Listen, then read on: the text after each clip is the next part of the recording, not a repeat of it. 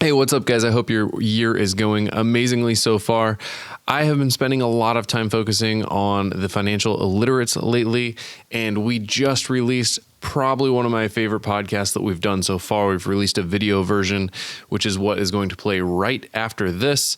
We have a YouTube channel that you can go subscribe to, and I would really appreciate it if you did, even if you don't care about our content. We also have a podcast. We're posting on IGTV. Check out all those things, links in the descriptions. Comment down below. I'd love to hear what you guys think. If this is something interesting to you, if you want to become financially independent, financially literate, please check us out. I hope you enjoy it. See ya. Yeah, hold on. I gotta get like a video of a video. This is what we're actually trying to do for the podcast.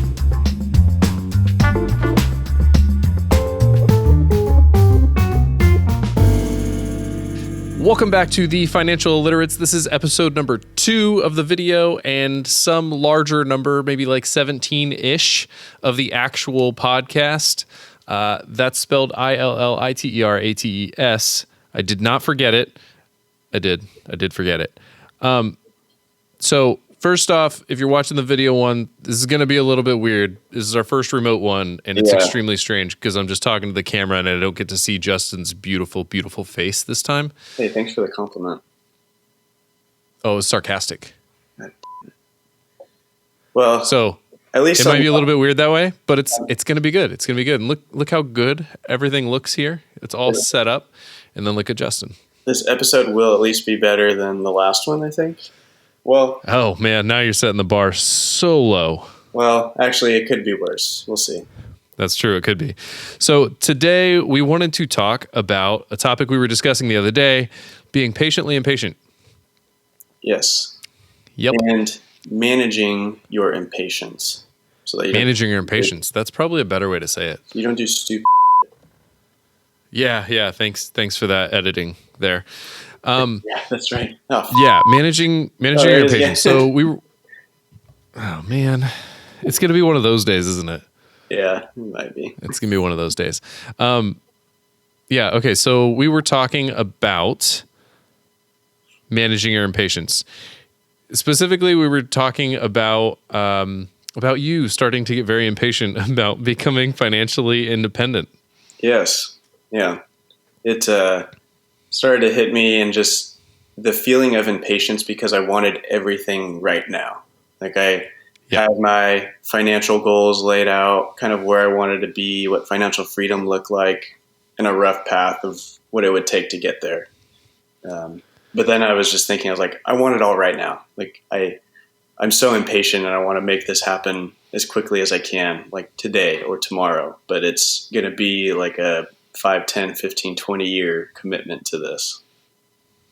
Yeah, exactly. And I think that led us to a conversation where I got to explain my impatience with my goals, because I would definitely classify me as the impatient one and you as the incredibly patient one on our journey. Maybe it's just been lately. The roles have been reversed. I would definitely not call them reverse. I'm still incredibly impatient. Yeah. But that's what led us to the topic of being like patient and impatient at the same time. I watched a really good video by oh my God, why is my name blanking on $1 million listing dude? Ryan Serhant. So Ryan Serhant's vlog, if you don't watch it, it's actually a pretty good vlog. He did a video and its caption was something around patience. And then in the thumbnail, it actually said, "I'm the most impatient person ever," which intrigued me. And the timing of it was great since this is what we were going to talk about.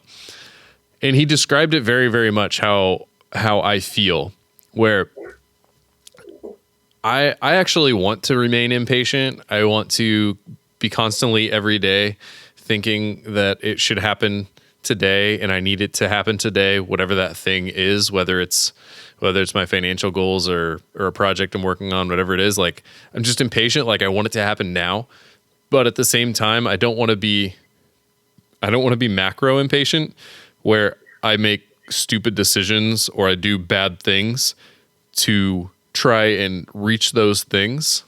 So it's like, I mean, I guess it's a little bit the Gary Vee thing. Does he actually talk about this? He He he talks about being patient. Yeah, that's one of No, the things he regularly talks about. It's something like micro speed, macro patience, or something like that. Oh, yeah. I know what you're talking about. Wow. Yeah. No. Okay. So podcast done. Gary Vee's already done it. Let's, bye guys. Go listen to Gary Vee content. But no, it's that exact topic where speed in the micro, but understanding that all that speed is still going to take a long time. Yeah. Yep. And it sounds like you are really using your impatience as a tool to help you get to those macro goals. Yeah. I don't think any of it was really intentional. I'm just kind of impatient. Yeah. Well, I think it was getting to me recently.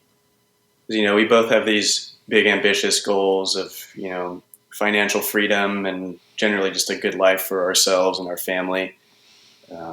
But it's just like, I guess I got a little too caught up in the views of social media and the other stuff on YouTube and the internet of, there are people our age that are 10, 20, 30 steps ahead of us and kind of like seemingly at where they wanted to be or where we want to be. But us, at least me, I was like, damn, what can I do to make that happen? At least what can I do legally to make that happen? As well as morally and ethically. And that's just like, I wanted it all right now because I wanted that satisfaction. But yeah, it at least this past week, managing my impatience was a challenge. Yeah, and that's interesting that you. Sorry, my dog's getting into something upstairs. He's for sure getting into something. Whatever. It's interesting that you bring that up because it was actually one of the main premises in our concept behind the Financial Illiterates was there's all of this content out there, these social media people, blogs, YouTube videos, everything out there, and everyone's already done it. So it's all here's how I would start over again to get to where I am today. But none of it is is this moment right here where we want to get there, but we're impatient. We want to do it. And these are the struggles that I feel like people overlook and don't remember whenever they start looking back on things. Yep. And I think for us, we've got to be, at least me, really mindful of one, managing that impatience and then not doing anything irrational. I want to say making too many emotional decisions with finances. For me, one of the things I battle is I get a lot of joy from cars. I think that's been pretty well established, but in the past, I think I've spent a little bit too much money on cars. But I'll constantly go through that thought of cars are a tool for socializing as well as just fun for me, but I should not be blowing a lot of money. I should have a smaller budget for cars, I guess, and for fun than I did in the past. But this week, I was thinking through what do I have to do to afford that small taste of fun with cars, and then also not thwart my bigger financial ambitions. Yeah, and it's definitely hard. I struggle with this with slightly larger things, but houses. Kimmy and I are looking at buying a house probably the next year, and we've looked at some pretty ridiculously sized houses. And I've one of the things I constantly have to ask myself is, do I want that house because it's a big freaking house, or do I want that house because we would actually use and enjoy that house? And I think that's sort of one of the questions that you have to continually ask yourself to avoid those bad moves of impatience. Because a lot of times, for me at least, the feeling of impatience leads to wanting to portray the success that I'm impatient to get, which is fast cars, big houses, all the stuff that you see on Instagram, right? Yep. So it's how do you avoid buying those things, not altogether, but for the wrong reasons? Yep. Yeah. Another Gary Vee thing, I'm not going to go out and buy a car to fuel my ego. Like his thing is like, yeah, you shouldn't go out and buy a new BMW just to feel good or like to kind of show off. Right. Thankfully I think we're past that point at least. Yeah. I don't know if I'd call it past that point. The temptation to buy things because your income's a lot higher than it used to be is constantly there. That's why for me, like YNAB and a budgeting tool like that's so critical, because without that, like, and that's where I was before this year really, is it's so easy to just be like, I'm just going to get that one little thing on Amazon, or I'm going to get this one little thing at the store. I'm going to buy that one piece of camera gear. And then all of a sudden, like that's how you've increased to a point where you can be making, $100,000, $200,000 a year and living paycheck to paycheck, which is exactly where I was. So for me, the budgeting tool comes in as a critical piece to avoid this. And then now that I know that there's a budgeting piece, I actually only have this amount of money that I can spend. And if I reach past it, it has to be a conscious decision, not an emotional, impulsive decision. Yeah. Yep. That makes sense. I think for me, at least, I was able to reel it in, at least some of my impatience without making dumb decisions because of a budget or budgeting tools. Mm-hmm. Because I was able to look at the numbers and say, hey, it would not make sense for me to spend X amount on a car because it would, thwart my financial ambitions for at least this year.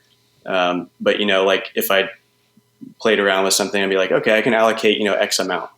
So I was, at least with looking at my budget, I was able to manage impatience without making any dumb decisions, so to speak. Yeah. Okay. So it sounds like what we're saying is we avoid dumb decisions by budgeting. Yeah. Sounds like start with a budget. Interesting. Go back. Yeah. Start with a budget. Yeah. Financial literacy. I guess we're on. What other strategies have you found yourself using to avoid making impulsive decisions? I want to say two things. The first one I mentioned was going back to the budget because I don't want to spend money that I don't have. And then the other one is very much to what you spoke to earlier, is reminding myself of the macro goal or like the ultimate ambition and where I'm trying to get to. And then tying that in with a budget, I would actually be able to see, if I made a so-called dumb decision or spent more on a certain thing than I should have, I could potentially see, how much longer will I delay that ultimate goal of financial freedom? I think I do something really similar. When I look at buying, let's take the house example, right? Like how much cash am I going to have to put in to buy that house? Buying a house, I just assume I'm not going to profit anything from that. So it's not looked at as an investment, which is a new thing for us. But I look at how much cash I put into it, and then, I do that calculation that you and I like to do all the time where we take that number, we multiply it by 0.06 to figure out what it would earn year over year at a 6% return, and see if I'm okay putting that money off. And then you plug it into a compounding interest calculator, look at it over 10, 20 years, and see how that impacts it and whether it's worth it. Yeah. So I guess math helps us manage impatience. Yeah, it's like cost benefit analysis, right? What's it going to cost you, not just in cash, but in future cash? Because $1 is worth a lot more now than it is in 20 years, both because of inflation and compounding interest. Yep.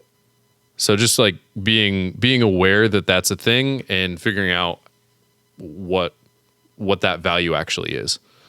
Yeah. Cool. That is wow. That actually felt like a pretty good podcast. I think like that was a good topic. Hey, it was at least better than last week's. Anything is better than last week. Sorry about that, guys. But have you signed up for the newsletter yet? Bear with us. Yeah, that should be coming out at the end of next week. It should be if Justin, gets that done. If Justin starts to check Basecamp. If Justin starts checking in on Basecamp, then maybe that'll get done. Yeah. Cool. Anything else you wanted to cover on this one? No, other than not sarcastically, I think we both look beautiful on this podcast. I mean, that's very true. That's very true. I just got my hair done today, so for this episode. That was money I shouldn't have spent. I think I'm just gonna start. I think I'll just start shaving my head so that I don't have to go get haircuts. Oh man, and I don't know about this. This place is like, it was I don't know why it was so expensive. Okay, so we're gonna go off on a tangent here about haircuts. So I like to get my hair cut at a salon because salons actually give you good haircuts. But you have to find a salon that's also got people with their barber's license because they do men's haircuts. But then on top of that, you have to find a salon that's not ridiculously priced. I did not find the last one today. So I got a haircut appointment scheduled. Kimmy scheduled my haircut appointment because I'm just like, I'm the worst at scheduling these because it takes like an hour with travel and getting it cut and everything. And I'm always just like, man, but I could get so much work done in an hour. So she scheduled it. I paid for it. And I look and she tells me the price says it's going to be $50. I'm like, what? I text Kimmy the second I leave. I'm like, did you know that it was going to be $50? How often do you get haircuts? Not as often as I should. Like $50 a month for haircuts? Nah, it's like once every 2 months. Okay. It's still too much. I know. When you look at it through that lens, it's actually not that bad. Anyways, that's enough about haircuts because this is not the financial, the haircut illiterates or whatever that would be called. Yeah, financial haircuts. I don't know. All right, that's it for today. Then, as always, Gustin Jabriel Trobrock on Twitter, thefinancialilliterates.com. There will also be a link in the description on YouTube and the description in the podcast for the newsletter. And the Financial Illiterates School is coming soon. Keep an eye out for that. Anything you wanted to say before we wrap it up? Nothing other than bye. Oh, one last question. If you're watching the video version, are you watching it on YouTube or Instagram TV? Do you like one over the other? And also, like, subscribe, do all that stuff. And we will see you guys next time. Bye.